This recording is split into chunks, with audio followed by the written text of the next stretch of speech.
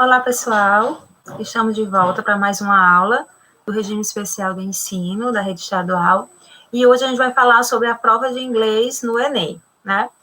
Então, a primeira coisa que é importante a gente lembrar é que a opção de língua estrangeira você faz na hora da inscrição, né? Então, quando você fez lá a sua inscrição, você tinha a opção de escolher língua inglesa ou espanhol, e você faz a opção nessa hora da inscrição, né? No dia da prova, quando você receber a prova, vão vir as duas questões de inglês e questões de espanhol. E aí você vai responder de acordo com a língua estrangeira que você escolheu no dia da inscrição, certo?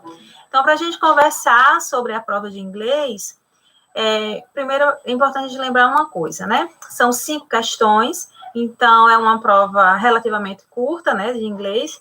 E, além disso, as questões, elas vêm escritas em português, ou seja, o enunciado das questões e as alternativas, elas são em português. Então, se você tiver alguma dúvida de vocabulário, às vezes de compreensão de uma determinada passagem no texto, ao ler as perguntas e as alternativas, talvez isso ajude a ficar mais claro, né? Talvez esclareça mais a sua compreensão sobre o texto.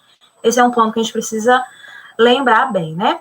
A segunda coisa que é importante a gente lembrar é que na prova do Enem, o padrão de provas, normalmente ele vai cobrar do estudante a compreensão geral do texto. Então, são questões ligadas à compreensão do texto, à interpretação do texto, a entender qual é o tópico, qual é a mensagem principal, né?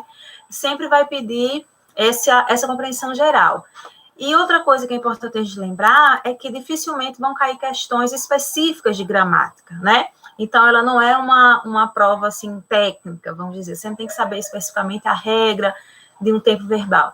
Mas você precisa entender, por exemplo, de tempo verbal para poder compreender se a frase foi dita no passado, no futuro, se trata de uma ação em progresso ou não, né? Para você poder compreender a totalidade do texto, né?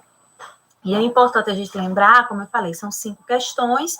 Na maioria das vezes, você vai ter 5 textos. E esses textos, é preciso a gente lembrar que eles vão seguir as mais variadas formas, né? Eu posso ter vários gêneros textuais em uma mesma prova. Eu posso ter um artigo, eu posso ter um poema, eu posso ter uma charge, né? Muitas das vezes eles vão tratar de tópicos culturais ou vão tratar de questões ligadas à atualidade. Então, é importante que eu tenha um amplo vocabulário, que eu esteja bem informado sobre o que está acontecendo ao redor do mundo, né?